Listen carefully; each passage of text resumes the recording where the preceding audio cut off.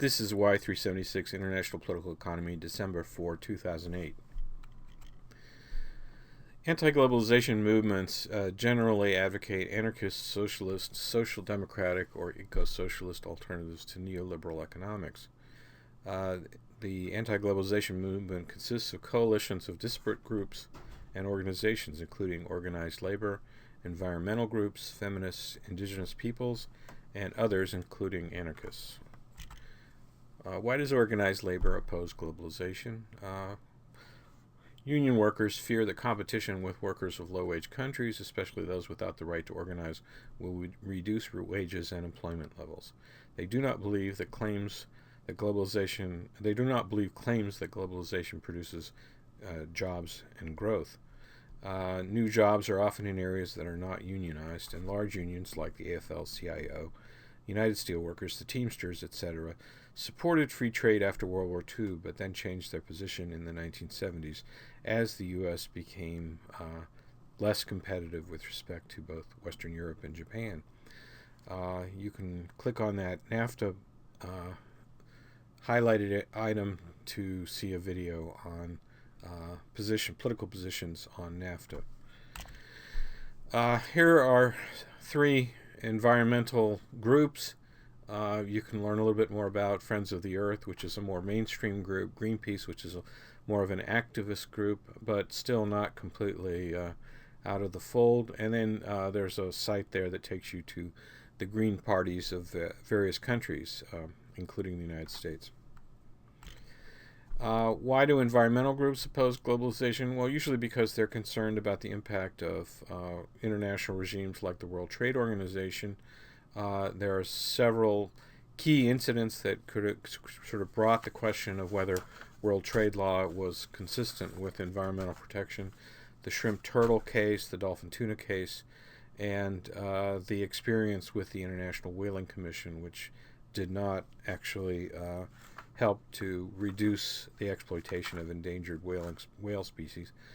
There's a broader concern about the lack of correct pricing on products and services that have a negative impact on the environment, and there's a lot of concern about environmental dumping, especially of toxic wastes.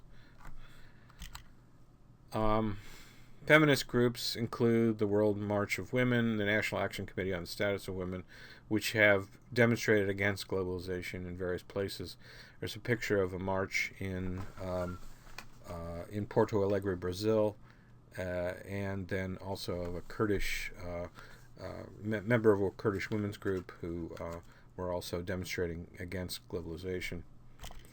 Why do feminists oppose globalization? Well, remember, feminism is a very broad and inclusive movement, but there are some feminists who are against neoliberal corporatist globalization, and they believe that this basically underpins what they call the patriarchal system of dominance by men.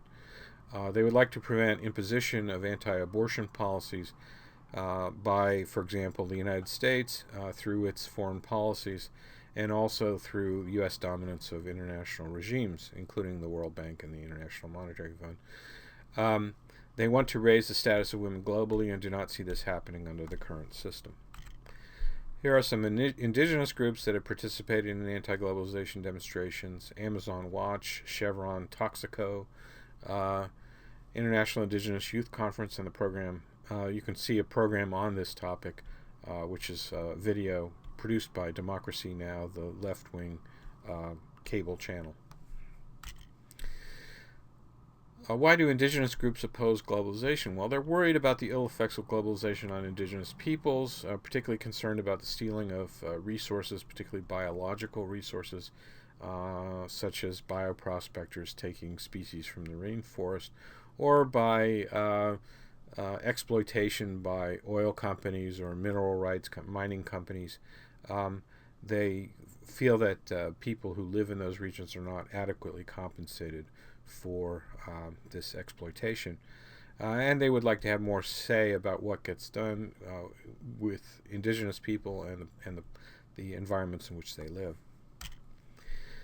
Within the anarchist cluster of anti-globalization, there are many different colors. The largest group is called the Black Bloc, and there you have a picture kind of showing the kinds of costumes that they wear in demonstrations, which are mostly involved hoodies and masks and so forth. And instead of having the United colors of Benetton, you've got the United Black, the unity colors of the Black Bloc. You've also got a green block, a pink block, a lilac block, and a pink silver block. And if you go to the websites, you'll see some videos of demonstrations involving the anarchist groups. In the biggest anti-globalization demonstrations of the past decade or so are listed on this slide, and you can see some videos if you like, but basically just to show you how many places the anti-globalization groups have demonstrated at. And you'll also see a lot of puppets like the one in the picture up there. But in Heiligendamm, you'll see a very dramatic chase of motorboats by I guess it must be the equivalent of the Coast Guard in Germany offshore of Heiligendamm. Here are a couple other groups that are somewhat less hard. I mean, Friends of the Earth is an environmental group. Jubilee 2000 is a group that is concerned about debt relief. The Global Justice Movement is a more sort of general left-wing movement which followed on the Jubilee 2000 group. And Attack is a group which is headquartered in France but has its affiliates in many other countries, which has been very strongly anti-globalization. Here's a cartoon from Attack showing big muscular guy with yen, euro, and dollar symbol tattoo on his arm. You've got the smaller, less muscular third world guy is his opponent. The referee is from the OMC, which in this case is the World Trade Organization, and down in down below the ring is the International Monetary Fund, egging on the poor third world guy to fight against the muscular supergiant. It reminds me a lot of Rocky IV and the Russian guy who I guess ends up getting defeated by Rocky Balboa.